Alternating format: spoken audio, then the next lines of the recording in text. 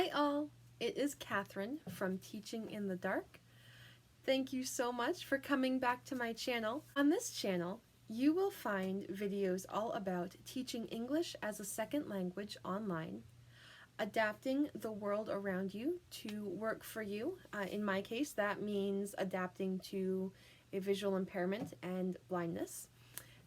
And you will also find videos on making life awesome, because it can be and should be awesome.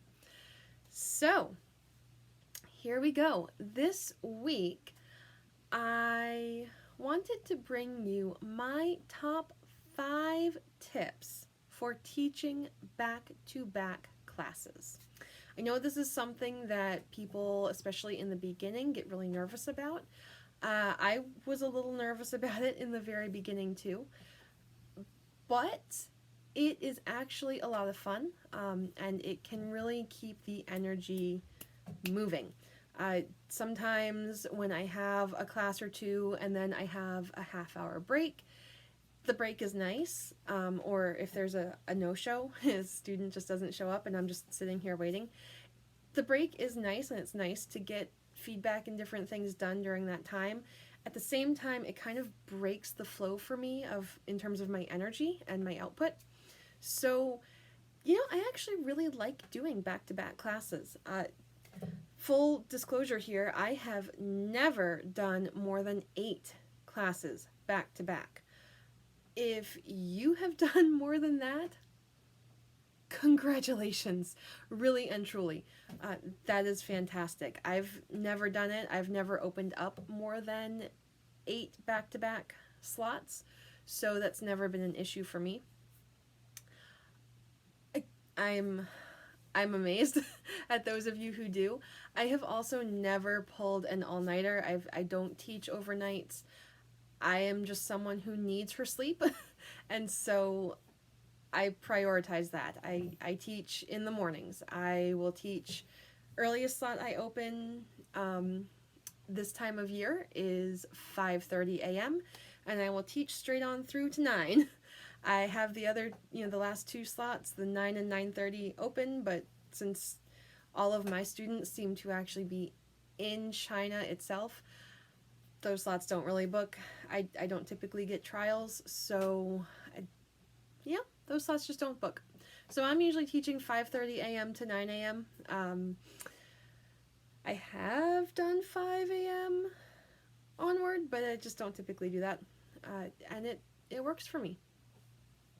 The 8 classes in a row was, they happened back when you could still teach until 10 p.m. Beijing time, and so that was when I had a 6 a.m. and I was teaching all the way until 10 a.m. And that happened a couple times, usually on Saturday mornings. And then, the Chinese Ministry of Education said, nope, no more online classes after 9 p.m., which I do think is actually a good thing. It's really probably much healthier for the children. Kind of stinks for the teachers, but it's better for the kids, so that's really what matters. So, my top 5 tips for teaching back-to-back classes, because I think they're really fun and I think you can absolutely do lots of back-to-back classes. Number 1 is make sure you have water. Have water at your desk, wherever it is you're teaching. Have it within easy reach so that in between classes you can grab a drink. Well, this is empty, but you know what I mean. Make sure you can have some water next to you so you can grab a drink quickly in between classes.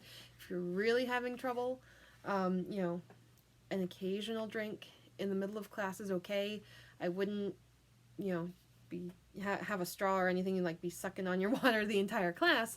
But if you need a little something, because you're coughing, they'll understand. Maybe I've heard some stories that maybe sometimes certain parents don't, but really in general, people understand, especially if it's allergy season and they can hear that your voice is a little rougher, that you're coughing, and as long as you're not making a habit of guzzling your water all through class, it's fine. So make sure you have some water. Speaking of a scratchy voice, if you are feeling a little scratchy in the morning or late at night or whenever you're doing all these classes and you know you're going to be having to talk a lot, it can be really helpful to have some tea with honey in it. That's my go-to for when my voice isn't feeling awesome. If you need your caffeine, make sure you have some coffee. You can check out this video.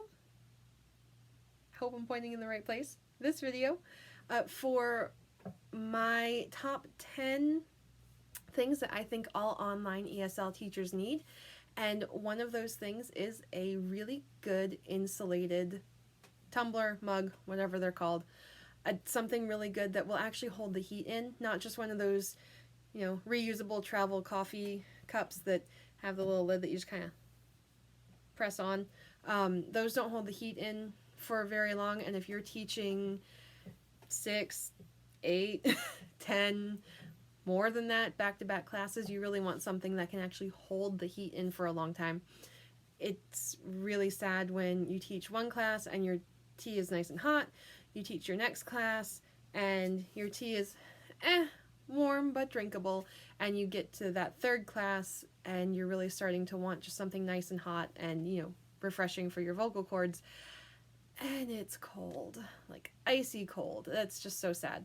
So get something that is a nice insulated cup, nice insulated tumbler, whatever, thermos, whatever you want to get.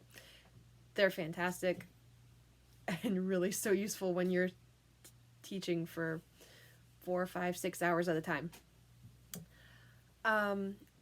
Number 2 is a nice gender-neutral reward system. When you are teaching back-to-back classes, you're very often not going to have a ton of time to change out your reward system, to dig in your folder to get the reward that, this one's for little Johnny who just loves Dino and we have this Dino game, and you're not going to have lots of time for that. You might, if you are one of those super organized, super on top of everything rock stars, you very well might, but in general, it really helps, especially when you're starting out, to have a nice gender-neutral reward system that you can use for multiple classes in a row. I like to give most of my students a choice of reward.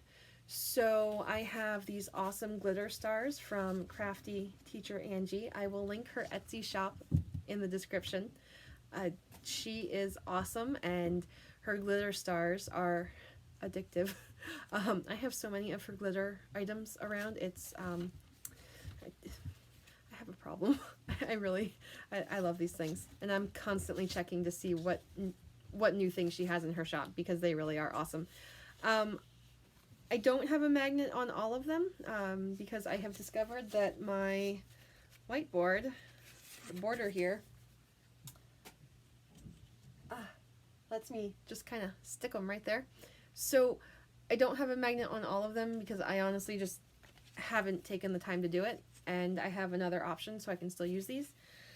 But on a lot of them, I just glued a little teeny tiny neodymium magnet, and so they stick right up there. I didn't laminate them. I really like the glitter without it, and quite honestly, I didn't feel like buying a reward system to then go and have to laminate it myself. Putting magnets on I can do, I just really didn't feel like having to laminate and then cut out the lamination myself. So these are cardstock, they're nice and heavy duty. I use these a lot. For my boys, very often I'll give them a choice of stars, or I have these awesome fireworks. I will also link in the description. So I have these that so I'll say, today would you like stars or fireworks? And they'll choose one or the other. A lot of times they'll choose the stars. Who can blame them? Stars are pretty awesome. But sometimes they'll choose the fireworks, and then, I'll just make a fun sound effect, kaboom, when this firework actually hits the whiteboard. They really enjoy that. For younger students, I will give them a choice of stars or ice cream. It's also really nice. And actually, sometimes I do this for the older students too. We can have some fun with this. So stars or ice cream. For my girls, I will give them a choice. You know, today, would you like stars or would you like hearts? And again, these are from Crafty Teacher Andy. Just go check out her Etsy shop. It's pretty awesome. So yeah, stars or hearts, and they can choose whatever. So a nice gender neutral reward that you can have out and ready to go, and that you can use for lots of different students, no matter what the level, what the class. Works really, really well. It's super important when you're teaching back-to-back classes that you don't have to put a lot of time into your reward system. Even setting up a find the star grid behind you, or even just on a whiteboard, can take too much time depending on how long it took you to finish your last class.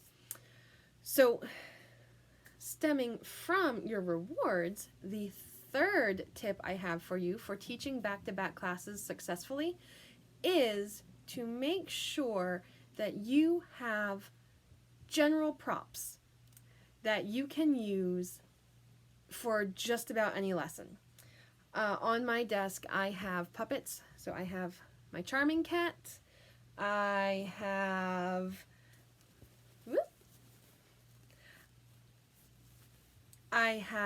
Meg, I have Mike. They are right on my desk, well within reach. I also have a cute dog. He likes to lick the students, and they usually get a little laugh. So he'll pop up in class sometimes. And I use these across levels.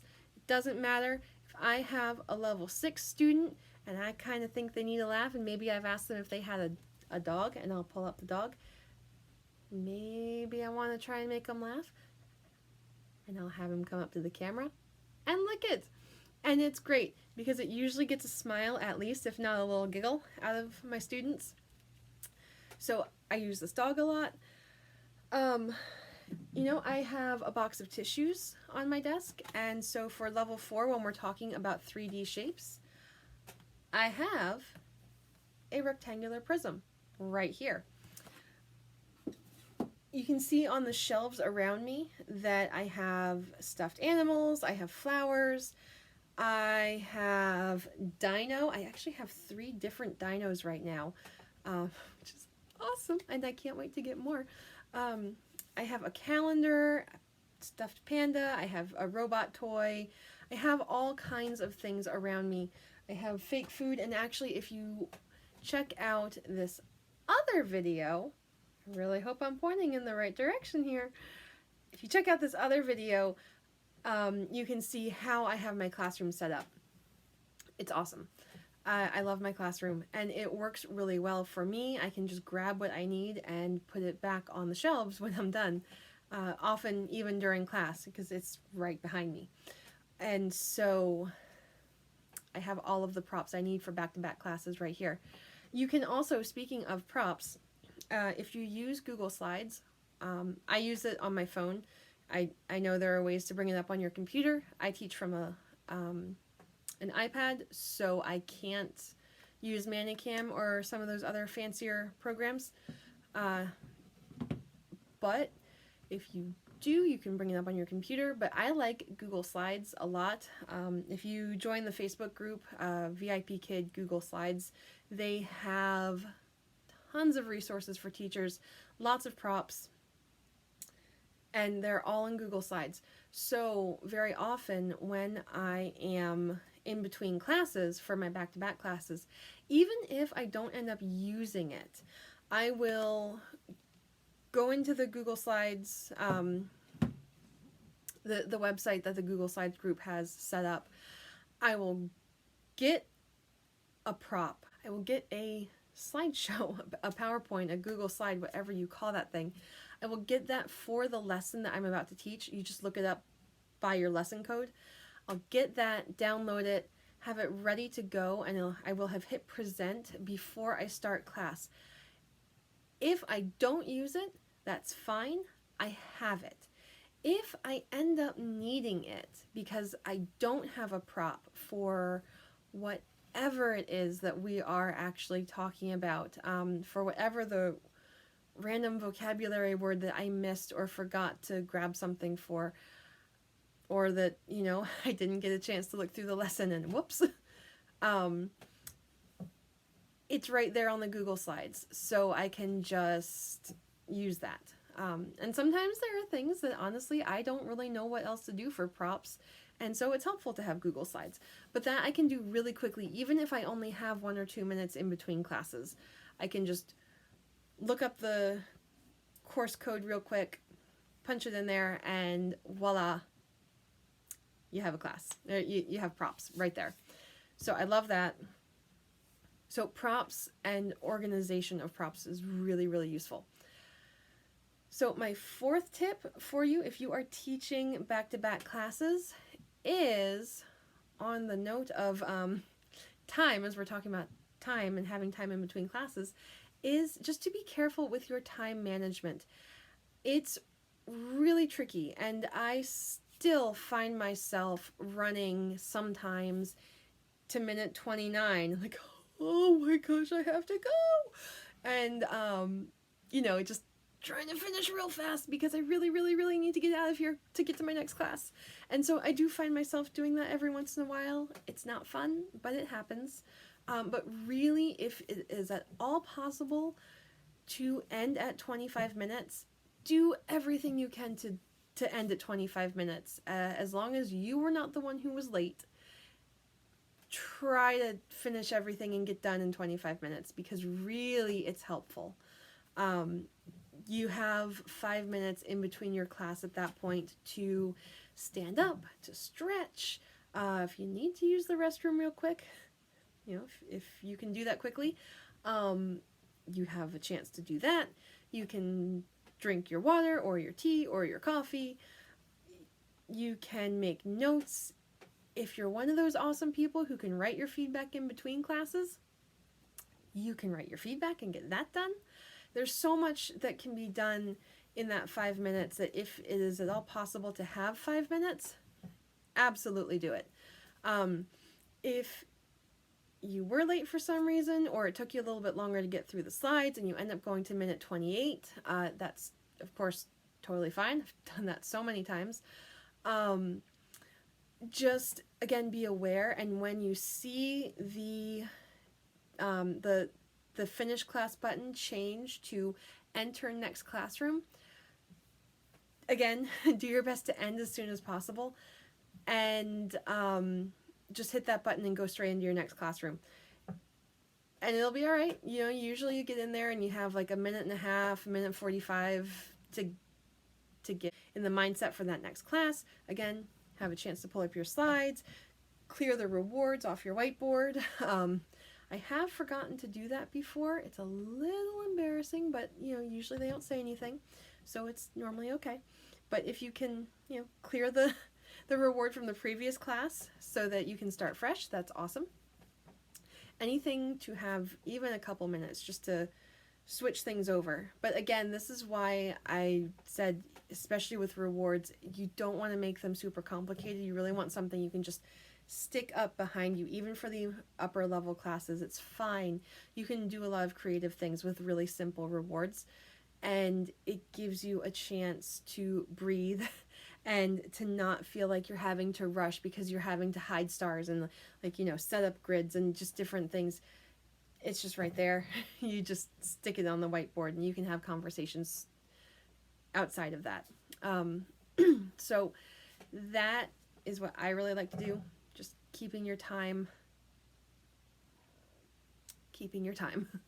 And my 5th tip for teaching back-to-back classes is to relax. Don't put too much pressure on yourself to make it perfect. It's probably not going to be the first few times you do it. It's still not perfect for me. Sometimes I have a really hard time clearing my head in between classes. Sometimes I'll have had a really rough class for the one before. Either I thought my student was going to do better than they actually did, or it was my first time with a student and that initial lesson was just a little harder than I realized it would be, or than I expected based on feedback I'd seen from other teachers or just what I had in my head. And sometimes that carries over into the next class, and it happens. Just relax and let it go and realize that you're human and they're human and it's all going to work out just fine. Give yourself a chance to decompress if you can. If you have those 5 minutes between classes, it's really nice. In terms of time management also, or not time management, and don't put too much pressure on yourself. When I started, I heard so many teachers say, oh yes, make sure you write your feedback in the 5 minutes in between classes so that you're completely done. And it's awesome, and then you're done and you have your feedback submitted really soon, and that's great. And if you are one of those rock stars who can write your feedback in the last 30 seconds of the class you're in, or you can write it in those few minutes in between classes, good for you. Honestly, good for you. And I envy you. I am not one of those people who can do that. I get far too focused on what I'm writing. I need to look at what I'm typing. I don't need to look at my hands, but I do need to look at the screen and what I'm typing, and I get in my head as I'm writing, and so I can't focus on the student if I'm trying to type while I'm having class. It just doesn't work for me. And it doesn't work for me very often. I will write as much as I can if I have the time, but it doesn't work for me to get it completely done in the 5 minutes in between classes either. I usually want a drink. I usually want to stand up and clear my whiteboard and make sure I have all my stuff out for my next lesson. And I just don't have that kind of time to write the feedback. And it's awesome if you can do that. It really is. But don't put a lot of pressure on yourself to be able to do that when you first start. And don't put a lot of pressure on yourself. Don't worry about it if you never get there. I will never get there. I can guarantee you I will never get there. I spend probably a good 7 to 10 minutes when I write each feedback. And so it does take a little bit longer for me to do it. But you know what? That means that I'm giving each student good quality feedback. And I'm okay with that. I'm fine with it taking a bit longer. It's really nice on the days when I have a no-show and I can just sit here and type out all of my feedback and get that done and actually be done at 9 o'clock when I'm done teaching. But it doesn't always happen, and that's really fine. So just don't put too much pressure on yourself to get too much done in between your classes. You only have 5 minutes. If you even finished at minute 25 in your previous class, at most you have 5 minutes. And while yes, you can do a lot in 5 minutes, there's also only so much you can do in 5 minutes. So just relax, take care of you.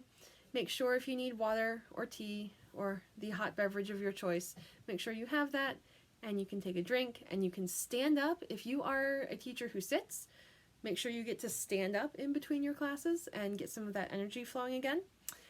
And if you're a teacher who stands, make sure you can shift positions a little bit and again, get some energy and get some blood flowing. Stretch a little bit. Do what you gotta do.